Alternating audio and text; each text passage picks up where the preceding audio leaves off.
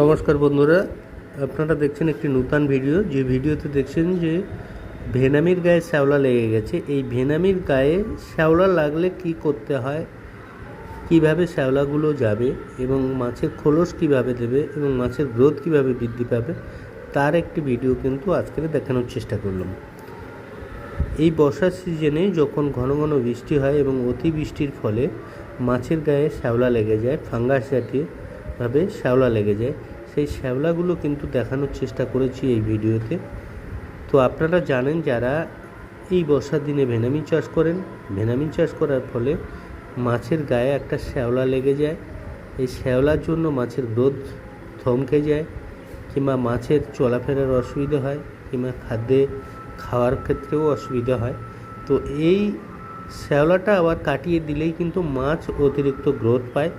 তো কীভাবে গ্রোথ পাবেন কিংবা কীভাবে এই শ্যাওলাটা কাটাবেন তার বিবরণ কিন্তু এই ভিডিওতে দেওয়া আছে। তাই যে সমস্ত বন্ধুরা ভেনামি চাষ করতে এইরকম সমস্যার সম্মুখীন হয়ে থাকেন তাদেরকে বলবো অতি অবশ্যই ভিডিওতে দেওয়া নম্বরে যোগাযোগ করুন এবং কিভাবে আপনার মাছকে সুস্থ স্বাভাবিক করবেন এবং অতিরিক্ত গ্রোথ পাবেন তার জন্য যোগাযোগ করুন। কারণ এই অতিরিক্ত বর্ষার দিনে ফাঙ্গাসের অতিরিক্ত লাগে।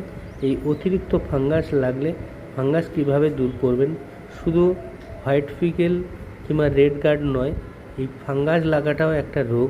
এই ফাঙ্গাস লেগে গেলে মাছের কিন্তু কমজোরি হয়ে যায়, মাছের গ্রোথ থমকে যায়।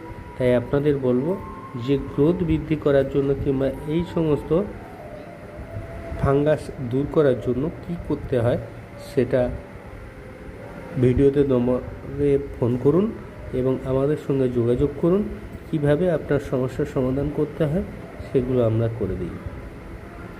তাই বিশেষ করে এই বর্ষার দিনে কিন্তু এই সমস্যাগুলো আসে।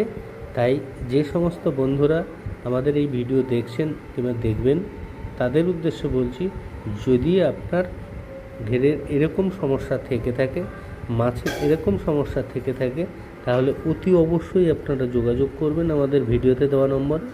এবং আপনার মাছকে সুরক্ষিত রাখার জন্য, আপনার মাছকে ভালো করার জন্য আমাদের সঙ্গে যোগাযোগ করে মেডিসিন দিন এবং মাছকে ভালো করুন। কারণ এইরকম সমস্যা হতেই পারে, এই সমস্যাটা কোনো বড় সমস্যা নয়। আর এই সমস্যার সমাধান করলে আপনার মাছটা আবার সুস্থ স্বাভাবিক আরও সুন্দর হয়ে উঠবে। অতএব যে সমস্ত বন্ধুরা ভেনামি চাষ করছেন তাদের উদ্দেশ্যে এই বলা। কারণ দ্বিতীয় কালচারে বিশেষ করে বর্ষার দিনে